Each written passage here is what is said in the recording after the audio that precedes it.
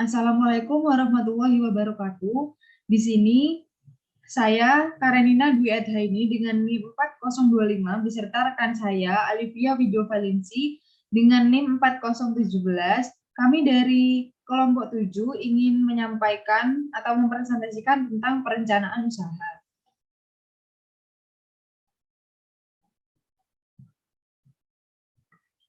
Di sini aspek-aspek yang akan kami jelaskan yaitu yang pertama ada pengertian perencanaan usaha, yang kedua ada sifat umum perencanaan usaha, yang ketiga ada manfaat perencanaan usaha, yang keempat aspek yang harus dihindari dalam membuat rencana bisnis, yang kelima latar belakang pendukung rencana usaha, serta yang terakhir ada format perencanaan usaha. Yang pertama, pengertian perencanaan usaha. Menurut Lembing di tahun 2000, perencanaan usaha adalah cetak biru tertulis atau blueprint yang berisikan misi usaha, usulan usaha, operasional usaha, rincian finansial, strategi usaha, peluang pasar yang mungkin diperoleh, serta kemampuan dan keterampilan pengelolaannya. Perencanaan usaha sebagai awal memiliki dua fungsi penting, yaitu yang pertama ada pedoman untuk mencapai keberhasilan manajemen usaha, serta yang kedua merupakan alat untuk mengajukan kebutuhan permodalan yang bersumber dari luar. Setelah ada ide atau gagasan dan sebelum memulai usaha, terlebih dulu harus membuat rencana usaha. Dikarenakan dunia usaha penuh dengan persaingan dan risiko, maka kemampuan membuat perencanaan usaha menjadi sangat penting untuk memulai kegiatan usaha. Yang kedua, di sini ada sifat umum perencanaan usaha. Yang pertama ada fokus. Artinya perencanaan usaha dibuat berdasarkan visi dan misi tertentu, serta tujuan yang jelas sehingga bisa fokus untuk mencapai tujuan. Yang kedua ada rasional dan faktual. Artinya perencanaan usaha dibuat berdasarkan pemikiran yang masuk akal, realistik, berorientasi pada masa depan, serta didukung dengan fakta-fakta yang ada. Yang ketiga ada berkesinambungan dan estimasi. Artinya perencanaan usaha dibuat dan dipersiapkan untuk tindakan yang berkelanjutan dan perkiraan tentang kondisi di masa depan. Yang keempat ada dipersiapkan dan bisa disesuaikan atau fleksibel. Artinya perencanaan usaha ini dibuat sebagai persiapan, yaitu pedoman untuk semua tindakan yang akan dilaksanakan yang disesuaikan dengan perubahan lingkungan bisnis yang dihadapi. Serta yang terakhir ada operasional, yaitu artinya perencanaan usaha dibuat sederhana mungkin tetapi detail dan bisa dilakukan. Kemudian selanjutnya ada manfaat perencanaan usaha. Perencanaan usaha memiliki beberapa manfaat, yaitu yang pertama, pekerjaan dan aktivitas usaha bisa dilakukan secara teratur dan tujuan yang jelas. Mengapa demikian? Karena dalam rencana usaha sudah ada visi dan misi. Yang kedua ada menghindari pekerjaan atau aktivitas yang tidak produktif, serta penggunaan sumber daya yang lebih efisien. Jika sudah dirancang dengan benar, maka langkah-langkah yang akan diambil akan sesuai dengan kebutuhan. Yang ketiga ada menyediakan alat evaluasi untuk menentukan keberhasilan usaha. Dengan perencanaan usaha ini, kita bisa mengevaluasi apakah usaha yang kita lakukan ini sudah sesuai dengan rencana atau tidak. Yang terakhir ada menyediakan landasan untuk pengawasan dan upaya perbaikan. Artinya perencanaan usaha dibuat agar digunakan untuk menjamin bahwa tujuan yang telah ditetapkan akan tercapai. Baik, selanjutnya di sini saya akan menjelaskan tentang aspek yang harus dihindari dalam membuat rencana bisnis. Nah, yang pertama itu hindari penetapan beberapa batasan terhadap proyeksi jangka panjang atau lebih dari setahun. Karena lebih baik menggunakan sejumlah tujuan angka pendek dan mengubah rencana bisnis jangka panjang selama bisnis berjalan. Yang kedua, hindari optimisme.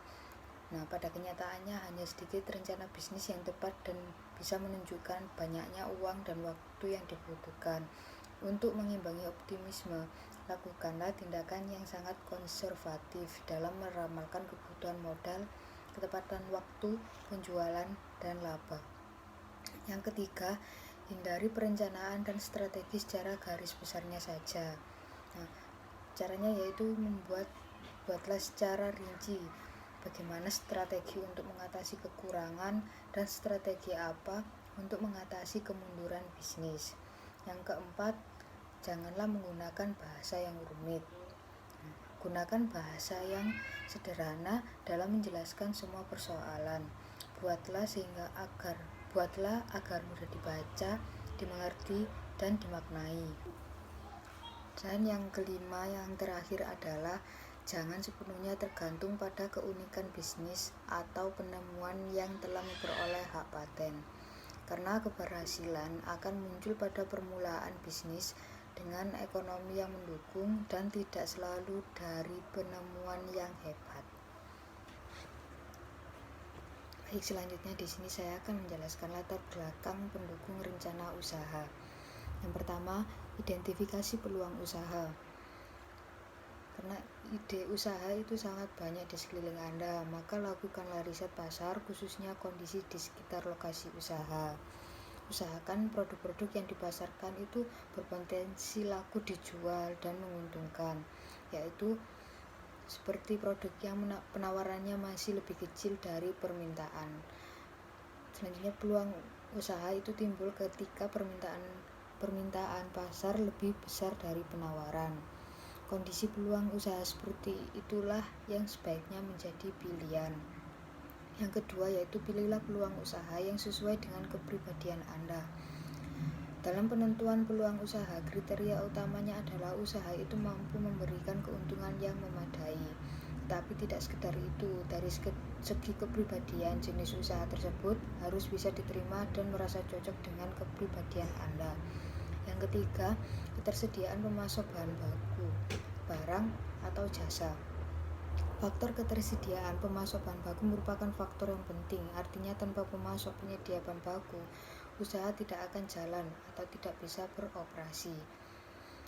Yang keempat yaitu kemampuan mencari dan mendapatkan konsumen.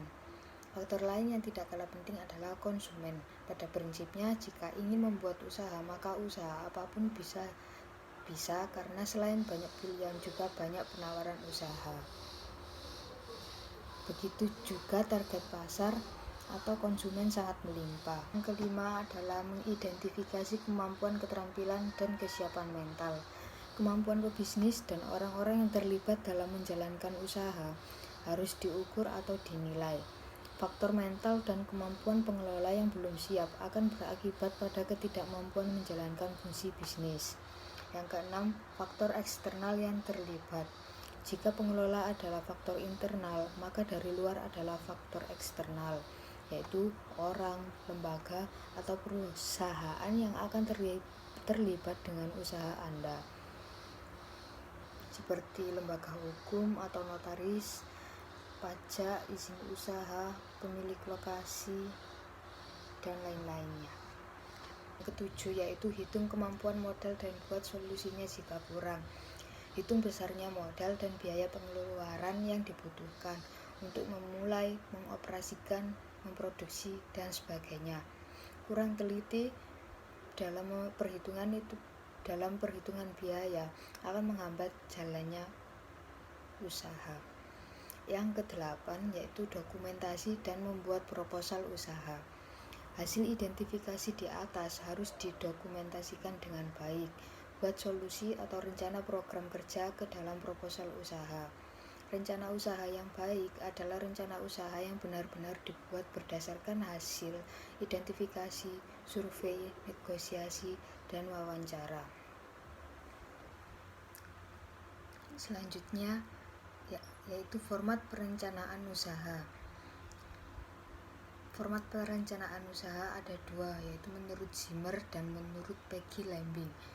Menurut Zimmer, pada tahun 1993, yang pertama itu ada ringkasan pelaksanaan, kedua profil usaha, ketiga strategi usaha, keempat produk dan jasa, kelima strategi pemasaran, 6 analisis peluang, 7 ringkasan karyawan dan pemilik, 8 rencana operasional, 9 data finansial, 10 proposal atau usulan pinjaman, 11 jadwal operasional. Sedangkan menurut Peggy Lambing pada tahun 2000, yang pertama itu ringkasan eksekutif, kedua pernyataan misi, ketiga lingkungan usaha, keempat perencanaan pemasaran, kelima tim manajemen, 6 data finansial, 7 aspek-aspek legal, 8 jaminan asuransi, 9 orang-orang penting, 10 pemasok, 11 risiko. Selanjutnya yaitu proposal usaha.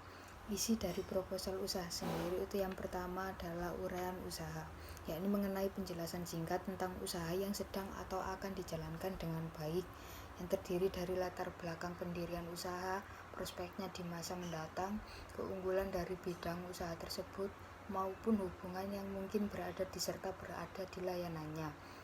Yang kedua yaitu produk. Produk yakni uraian rinci tentang spesifikasi dari sebuah produk usaha, misalnya ukuran, jenis yang digunakan, dan banyak produk yang dihasilkan dari usaha tersebut. Yang ketiga yaitu lokasi. Lokasi yakni uraian mengenai lokasi usaha yang ditentukan baik dari pertalian ke belakang, yaitu perolehan bahan baku, atau pertalian ke depan, yaitu penjualan, distribusi, dan pemasaran produk. Yang keempat pemasaran, yakni mengenai uraian segmentasi pasar dan konsumen serta strategi pemasaran yang akan diambil termasuk dalam hal kebijakan harga. Yang kelima ada persaingan, yakni uraian akan posisi usaha dan persaingan dalam pasar yang ada serta gambaran strategi yang akan dijalankan untuk memenangkan persaingan. Yang keenam laporan keuangan. Terkait laporan keuangan baik yang lalu maupun rencana permodalan, estimasi biaya, dan pendapatan. Yang ketujuh yaitu manajemen, yakni menguraikan bentuk kepemilikan, struktur modal, serta masing-masing suborganisasi dalam organisasi serta status badan usaha yang dikelola. Yang kedelapan ada personalia atau sumber daya manusia, yakni uraian mengenai susunan personalia dalam struktur organisasi usaha beserta latar belakang pendidikan. Yang kesembilan ada proposal kredit, yakni mengenai ajuan sejumlah dana yang diperlukan dalam mengembangkan usaha. Yang terakhir ke-10 adalah lampiran, yakni lampiran yang memuat dokumen-dokumen penting seperti sertifikat tanah dan lain-lain. Di sini ada cuplikan video tentang perencanaan usaha. Welcome ke Business Plan YouTube series. Jadi ini adalah sebuah series baru yang saya buat untuk membantu Anda membuat business plan Anda.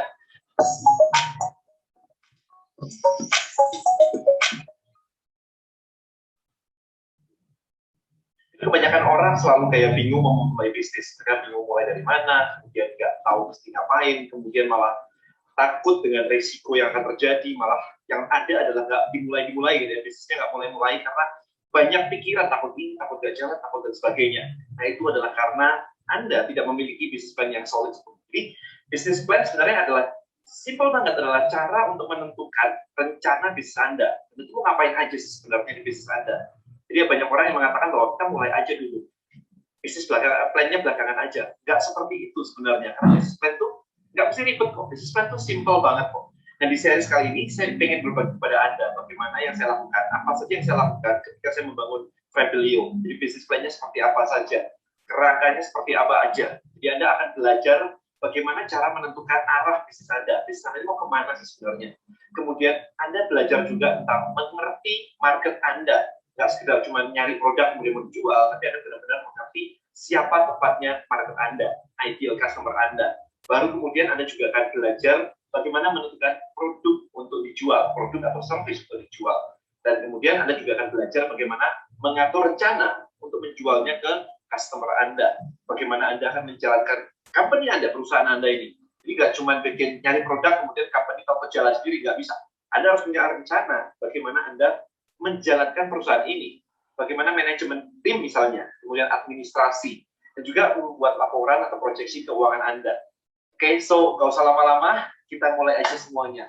See you guys.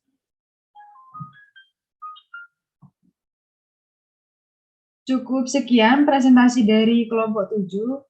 Terima kasih. Bila ada salah kata, mohon maaf. Wassalamualaikum warahmatullahi wabarakatuh.